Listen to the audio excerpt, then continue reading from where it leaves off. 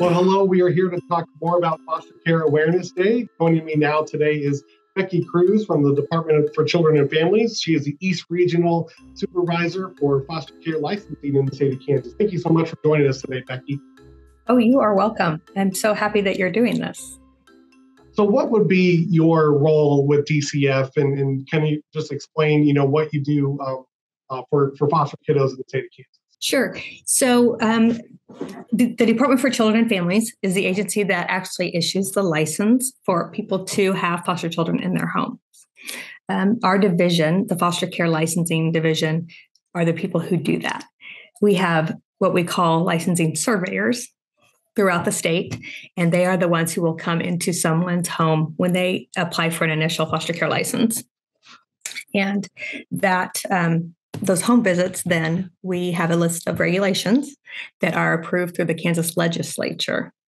So those regulations aren't just in our control. They've been approved through the legislature. So that's why it does take a while to change any regulations or anything like that. But so we are the agency that is, and the division of the agency that is to enforce those rules or make sure that they are applied through all the foster homes to make things safe and healthy for the children of Kansas that are placed in foster care.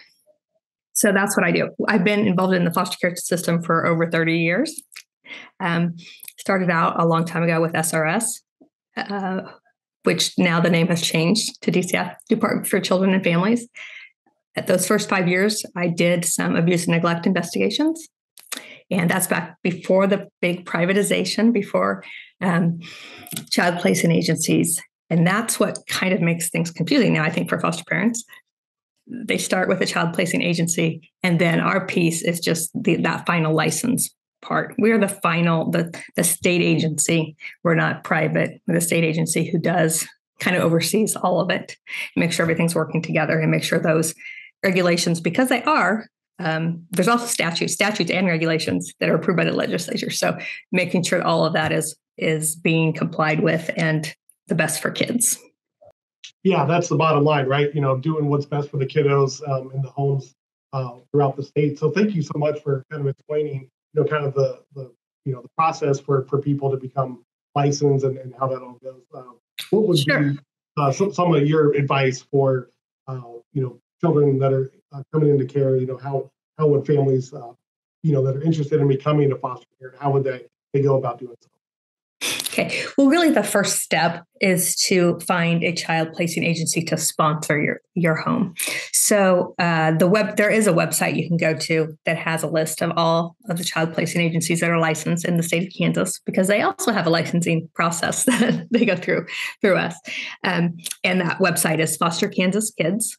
And it gives you a lot of information, really. That's where I would really direct any interested person in doing foster care and possibly adoption, would be to go to that website. And it gives a lot of information. There's a lot of links there and things. And then I really think since we are in the business of child welfare and helping kids and helping families, that any person, if you contact a child placing agency or a DCF person who's involved with the licensing process, anybody would be willing to talk to you and send you the right direction and answer questions that you might have. So any foster parents out there can make I think any contact is a good contact that you make, but that website is a good place to start. Perfect. And we're talking with Becky Cruz from the Department for Children and Families. Thank you so much for joining to share some of this information. And when you see people that may be interested in joining the state of Kansas for foster care, what would be some advice that you would give to them to say, hey, what would convince them to move to that next step? If you are a person who's thinking about providing foster care, taking kids into your home, you're probably the right person to do it. It does take special people. I know there are commercials that say you don't have to be special, and that is true. You don't have to be the perfect parent. That is true. You do not have to be the perfect parent. There are lots of supports. You're not alone when you do it, but you do need to have, of course, the heart to take kids into your home and nurture them and provide them, with all the things that they need, which is basically what I'm talking about is the love and the care that they need. Material things aren't as important as you might think that they are. And there are supports. Like I said, you wouldn't be alone. There's a whole team. That's what a sponsoring agency is all about. DECA being one of those. There are workers that will help you. The child will have a worker. The family will have a worker that will help to support and get services, anything that the child needs or you need as a family. There's also respite care available for families. So it's not, you can get that break. Obviously, foster care is a 24/7 kind of job, but it's a family. It's a regular family situation. But families need breaks sometimes. Parents need babysitters or they need grandma and grandpa to help them out and take the kids for a weekend to get that little break and kind of restore, and also some trainings or, workshops and things that they need to go to. So to help them with their skills, that's all out there. That's all part of it. So you would not be alone in this. Exactly. I mean, that's kind of the beauty of it. I mean, yes, it is hard work and it is challenging from time to time. Each day is a new adventure, but also it has that reward at the end of the day. Yes.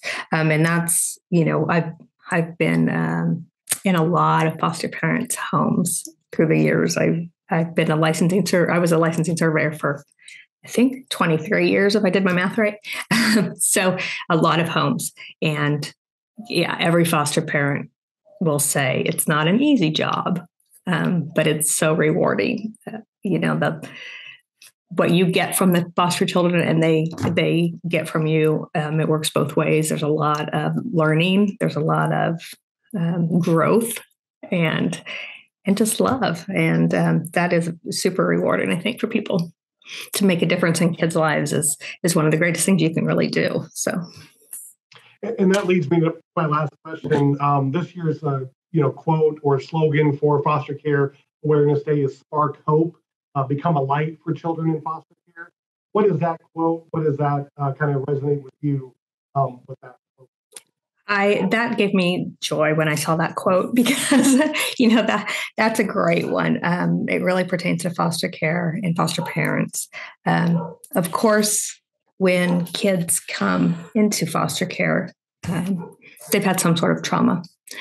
And so these kids need someone to care about them is the bottom line. That's the main thing that they need. They need that hope and reassurance. When a child comes into foster care, the first thing, of course, sometimes their basic physical needs haven't been met. And so just getting that done so that the child can get out of, the survival mode.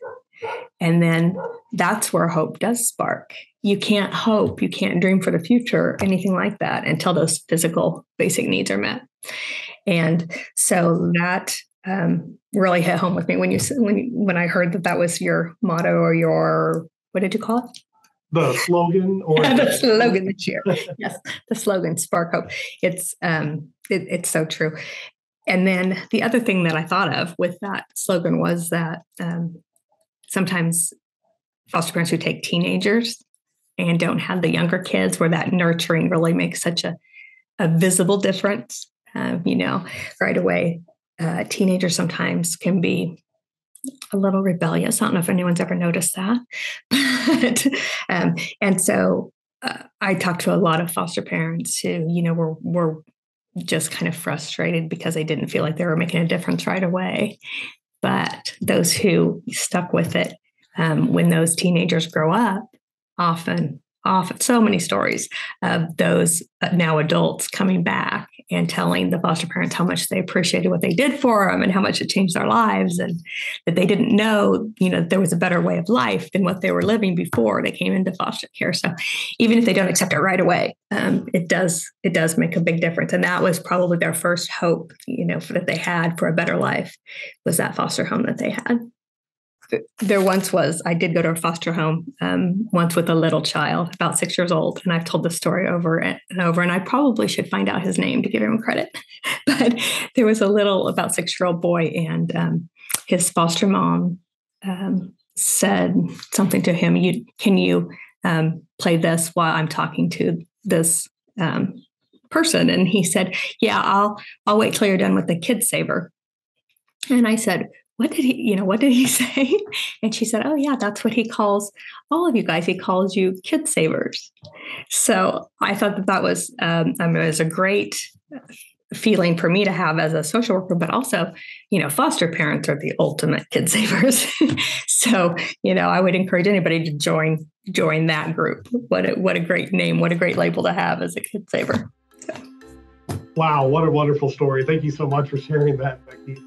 We really appreciate your time joining today. Becky Cruz from the Kansas Department for Children and Families. She is the East Region Supervisor for Foster Care Licensing in the state. Thank you so much for taking time, and I appreciate you joining us today.